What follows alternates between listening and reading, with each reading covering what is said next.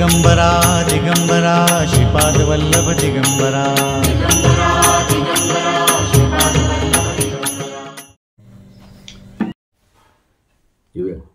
अवधूत चिंतन श्री गुरुदेव दत्त श्री अनंतकोटी ब्रह्मांड नायक राजाधिराज योगीराज श्री गुरु नरसिंह सरस्वती स्वामी महाराज यांची आज्ञा गुरुवार दिनांक 28/12/2017 वेळ 6:59 ही आज्ञा आपण सर्व भक्तांनी ह्याचा लाभ घेऊन आपलं परिवार तर सुधारू शकताच तुम्ही, पण आपल्या गावाचं, आपल्या पाहुण्यापैंचं, आपल्या मित्र परिवाराचं सुद्धा कल्याण आपण करू शकता. का तर महाराजांनी ह्या क्षेत्रात आपल्याला प्रबोधनाचं असंख्य ठिकाणी कार्यक्रम म्हणून आज्ञा आलती आणि फक्त ते अगोदर होतं ते प्रत्येक सोमवारी तो हे कार्यक्रम म्हणून होतं. पण आज सोमवारीच ठीक आहे, पण काय काय ठिकाणी जायचं म्हटलं तर आम्हाला लांब नाशिकसारख्या ठिकाणी जायचं म्हटलं तर निघायचं कधी आणि तो कार्यक्रम करायचा कधी असा प्रसंग यायला लागला. आणि त्यावेळी मी महाराजांना विनंती केली की हे सोमवारचं कार्य जे आहे त्याचं हे जे रूपरेषा काहीतरी व्हावी. आणि मग महाराजांनी त्या दिवशी आज्ञा दिल्या. गुरुवार दिनांक 28/12/2017 6:59 ही परमेश्वराच्या आज्ञेनुसार आपलं प्रबोधन आहे आणि ह्याचा लाभ तुम्ही सगळेजण भक्त आपल्या गावात कार्यक्रम घेऊन करू शकता. का तर आज्ञा काय दिल्या, कोणत्याही दिवशी पवित्र अशा ठिकाणी कार्य कर, माझा आशीर्वाद असेल, पुढील मार्ग मिळेल. ही भगवंताने स्वतः आज्ञा दिलेली असते की आम्हाला पाठवायचा अगोदर तिने आशीर्वाद दिल्यानंतर आज आम्ही कुठल्याही गावात जाऊन आपलं गाणगापूरसारखं किंवा मोराळसारखं कार्य जे आहे ते दाखवायची क्षमता ह्या आज्ञेतनं आलेल्या असत्या. ह्याचा बी आपण विचार करा. का तर ही दत्त माऊलींची आज्ञा आहे आणि ह्याचा लाभ आपण घेऊन आपलं कल्याण, आपल्या कुटुंबाचं कल्याण, आपल्या गावाचं कल्याण माऊली करू शकता. आणि ह्या कल्याणासाठी आम्ही किती धडपड करायची महाराजांच्या आज्ञेसाठी ह्याचा विचार करा.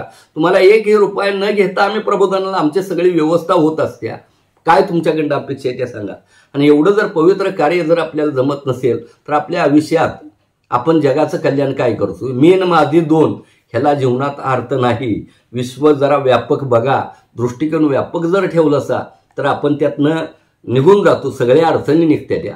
एक आशीर्वाद मिळायचा तिथं लाखो आशीर्वाद आपल्याला प्राप्त होत असते ते अशा कार्यक्रमाच्या माध्यमातून.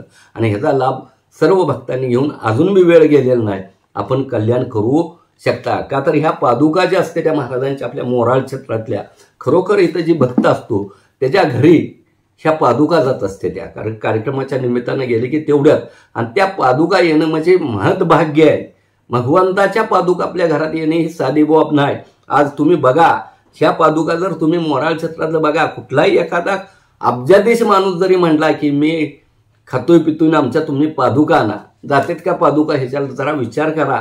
आणि सहज भाग्य प्राप्त होतंय. आम्हाला तुम्ही भेटा भेटा भेटा म्हणताय, पण आम्ही तुमच्या घरी पादुका घेऊन सुद्धा यायला तयार आहे.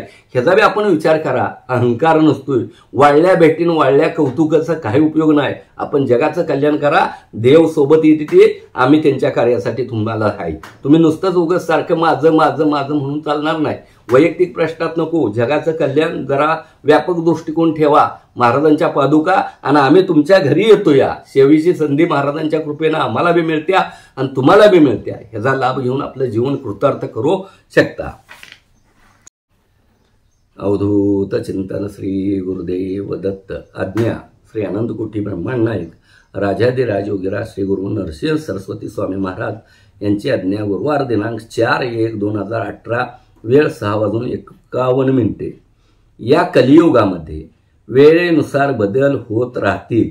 निश्चय भक्ती ठेवणाऱ्याला अद्भुत व दिव्य शक्तीपर्यंत पोहोचवण्यासाठी अल्प अशा परीक्षा झेलाव्या लागतील. यातून निश्चय भक्तास त्यातून मुक्त करेल व पुढील मार्ग मोकळे होतील. प्रत्येक शुभ कार्यात माझा आशीर्वाद आहे. भक्तीमध्ये कठोर अशा परीक्षा असतील तर त्याचे उद्देशही मोठे आहेत. बुद्धीचा वापर केल्यास सर्व मार्ग मोकळे होतील व त्रासाचे कारण राहणार नाही. सर्व दिलेले आहे. चालवण्याचे कार्य कर. प्रत्येक गोष्टीत विचार करून परीक्षण करून वाटचाल कर. अशक्य अशी कोणतीही गोष्ट या ठिकाणी नाही. अंतर्दृष्टीने काही गोष्टीचे परीक्षण कर. त्यातून जाण्याचा मार्ग तुला दिसेल.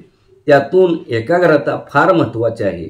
निश्चय वाटचालीमुळे कोणतेही संकट असह्य होऊन बाजूला जाईल. ही वैयक्तिक आम्हाला आज्ञा आहे.